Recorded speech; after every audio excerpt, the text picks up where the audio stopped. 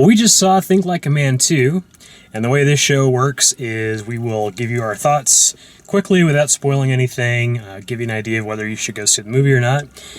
If you want to go see it, go check it out. Otherwise, you can stick around for the second half where we will get into spoilers and talk in more detail about the movie. So I actually haven't seen the first one in this series, and this one didn't really do much for me. It's a very, just very basic couples in Vegas kind of story. It was very consistent. I will give it that much. It didn't really hit me as, there's some extremely funny parts and there's some extremely dull parts. It was just there's kind of a chuckle every once in a while. Mm-hmm. So that part of it was okay.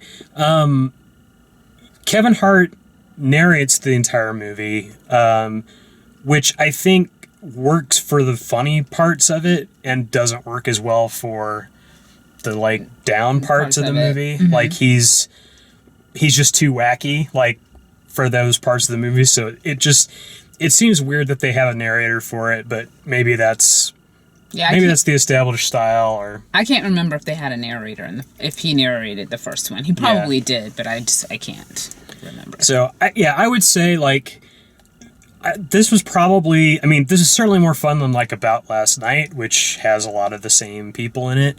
And it's certainly not like The Hangover or something like that. That's, a true zany R-rated comedy, type of movie. I'm not sure who the best audience would be for this movie. Honestly, maybe Girls' Night. I don't know. That would probably be my only recommendation for it. What'd you think? I thought it was okay. I wanted it to be better than it was. Yeah. If my friends ask me, should we go see it? I'm gonna say you probably like it, and it's not as funny as the first movie. Yeah. It was just the first movie was a lot smarter, and the second movie was just unfortunately just typical sequel for me. They had a lot of characters that did not need to be in the movie, and I'm speaking of all the characters that I'm speaking of were not in the first movie, and they added a whole bunch of characters that did not need to be in there. And I'm not talking about they have some really great cameos, and I'll talk about that in the second part, so I won't ruin anything for you. But I think it's probably a girls' night. Even if there are guys that are fans of Kevin Hart and probably Terrence J and even the fans of the girls, that they would probably like it, and you'll get you'll have a nice chuckle. It's not rolling over. It's definitely the first one I enjoyed more. Mm-hmm. Okay, so that's the basics. If that sounds like something you want to go see, don't let us ruin it for you. Otherwise, keep watching. We'll talk a little bit more about it. So you were saying there's a lot of cameos. Yeah, there's a lot of cameos. You have George Wallace. Some cameos I don't know. They did this whole entire. I think they pretty much did the Poison video. They reenacted it. Yeah.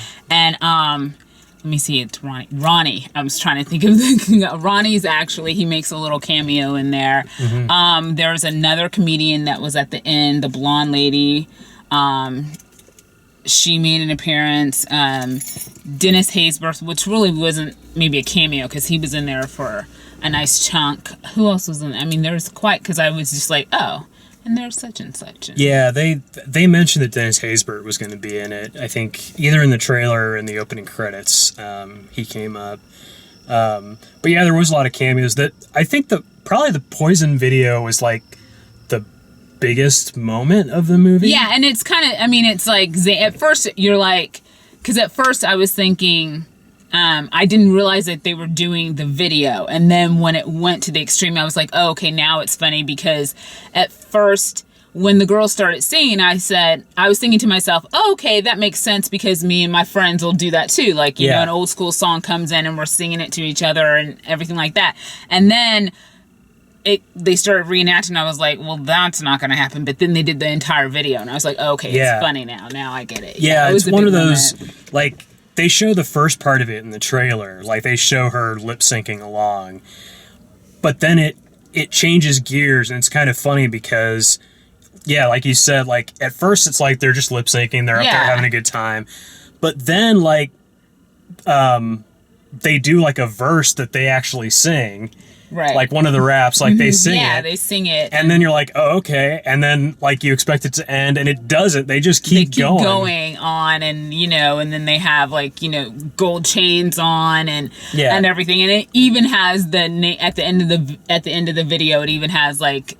Of that segment, it has like the name of the video, the credit, and everything like that. So that was fun, and it went along because sometimes those things kind of you're just like, well, that's weird, but it kind of you got the joke, basically.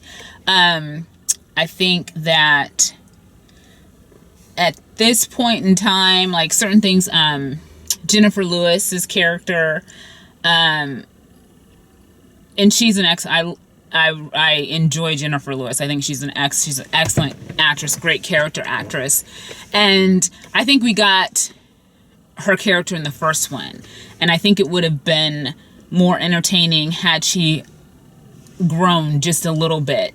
And she, at the very end, I didn't like that last scene at the end when she, between her and her future daughter-in-law, when she basically said, leave my son. She apologized. Yeah. And then her son overhears. He goes and yells at his mom, tells his mom to apologize, comes back because Regina Hall's character his fiance overhears that, and she's like, no, go back and apologize to your mother for this.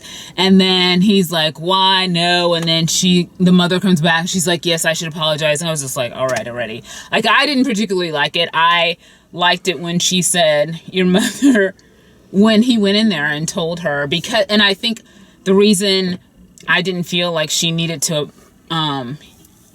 apologize to his mother because of what happened in the first movie. Mm-hmm. And I thought, like, by now, you're in Vegas, and I get the joke of it, but it was just, it was just very typical, and that's what was disappointing. Well, and that is like such a problem with so many sequels where we watch this movie, we watch the first one, and people get over this issue that they have. They realize that they are, meant to be together kind of thing. They're meant to be partners, they're meant to be friends or whatever it is.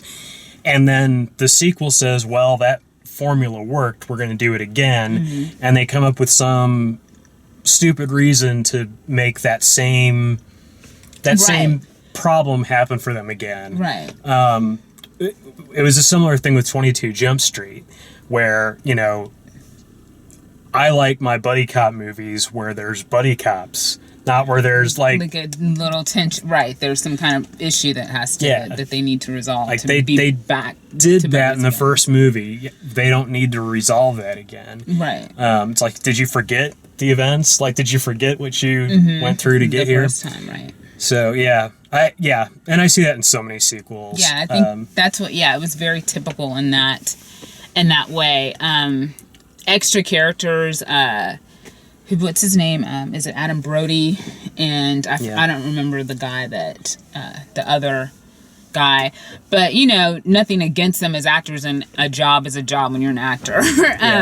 But, like, their characters, if they had never shown up, the movie would be exactly the same. They didn't their characters added absolutely nothing to the movie. There was a lot of... Even the wife of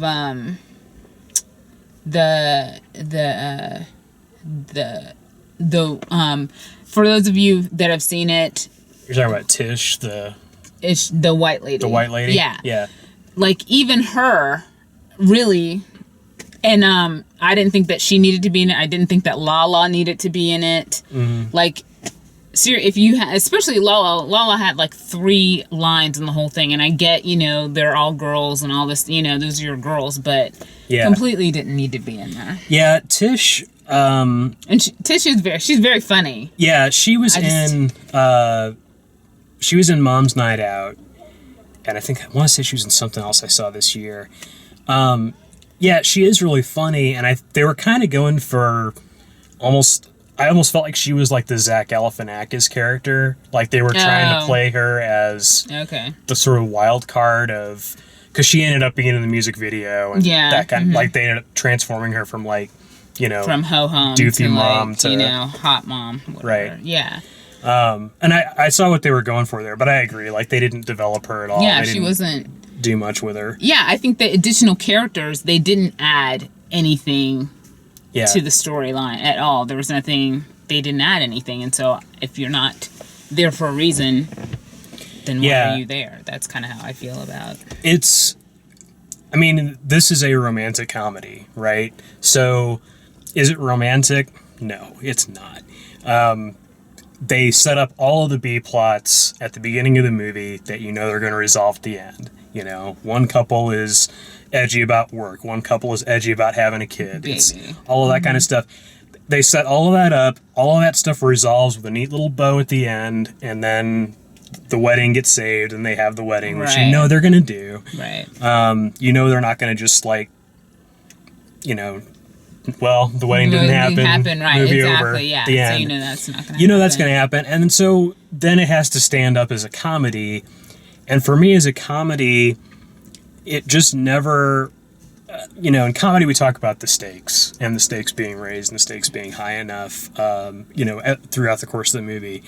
And I found the movie very consistent, which isn't necessarily comedy because you tend to get this feeling like they're playing it really safe. Mm-hmm. With the narration especially, it made me feel almost like they just shot a bunch of different scenes, and then they found a narrative to stitch them together with. Okay, all right. That, there's definitely a first, second, and third act to the movie, but there's a lot of things in there that could have happened in different orders, and it seemed like they would do things like these four characters are in this particular scene, so we just need like a bridge to kick these two characters out for a second. And so they come up with an excuse to get those two characters to go off somewhere. Mm-hmm.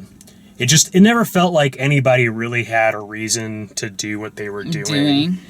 They were just sort of there or not there. And the people that were there were just sort of either along for the ride. Like, it was basically Kevin Hart and everybody else most of the movie. And the thing I am a huge Kevin Hart fan, and I think that he has a lot of range. Some things that I think we haven't go that seen. Far. I do.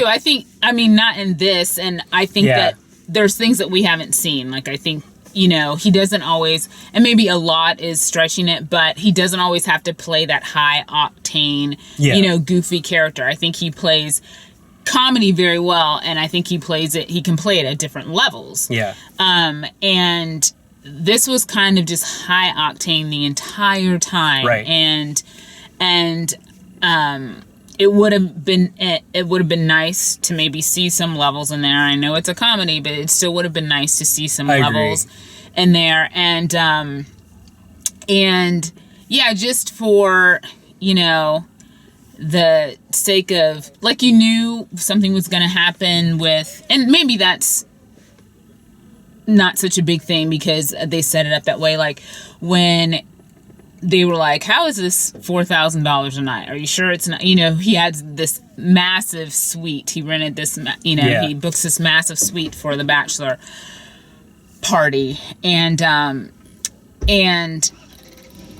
it's actually $40,000 a night, and he thinks he's paying $4,000 a night. Mm-hmm. And, when he finds out, he's freaking out and everything like that.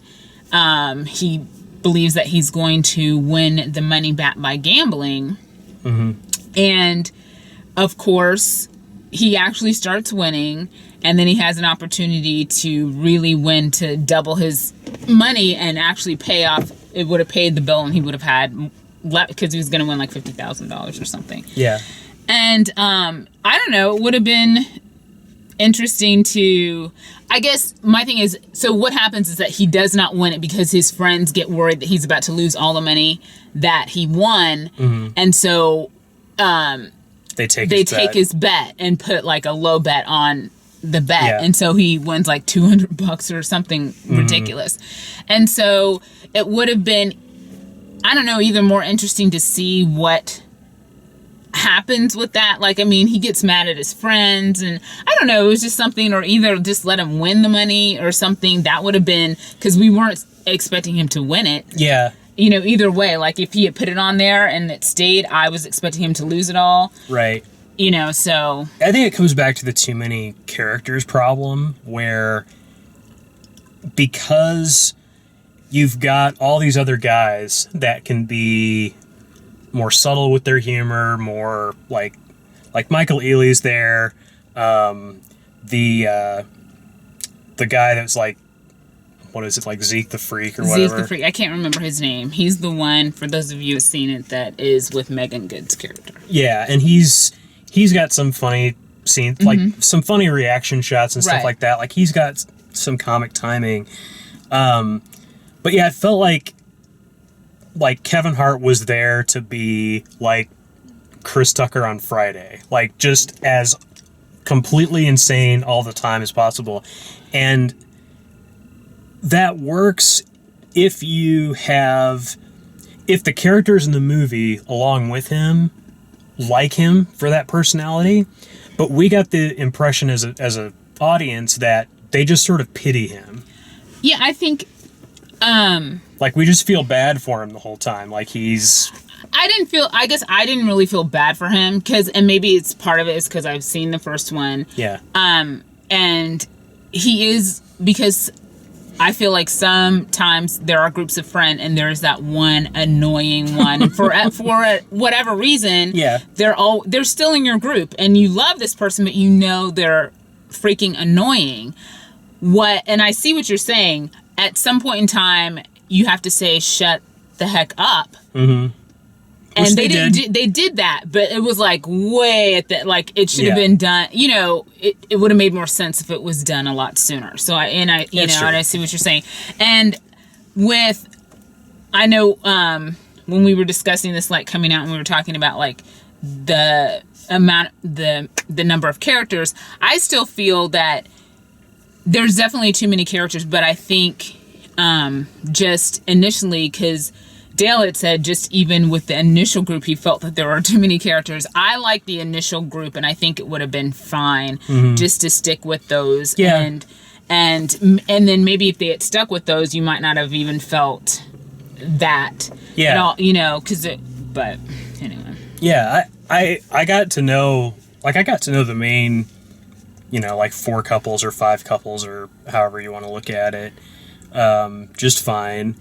It's just that they brought lots of cast members in for, you know, it like we were talking about with the Tish character. Like, she really had one big scene, but they had to spend like 20 minutes of screen time setting up that one big scene for it to pay off and work.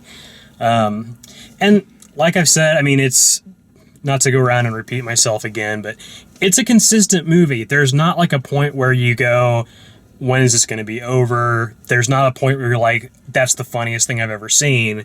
So it really, like, it works all the way through for what it is. I mean, I definitely wouldn't say, don't go see it. If somebody asked me, I'm going to say, go see it. We're not going to take it away from you. Yeah, I'm going to say, go see it. You'll have a good time.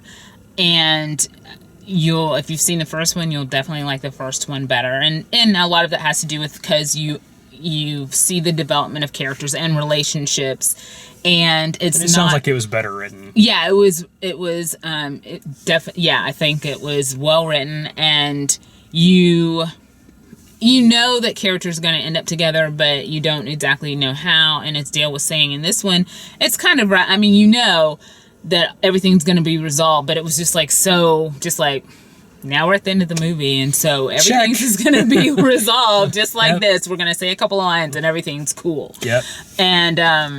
And so that's what makes it just really, you know, those are some of the things that make it really typical. The addition of characters, which typical sequels always do, which are usually unnecessary, and so those are the things that I didn't particularly care for. But you'll enjoy it if you go see it. Mm-hmm. Cool. Thanks for watching our review. Hope you enjoyed it. Check out the rest of the reviews here on YouTube and over at dalemaxfield.com. Thanks for watching.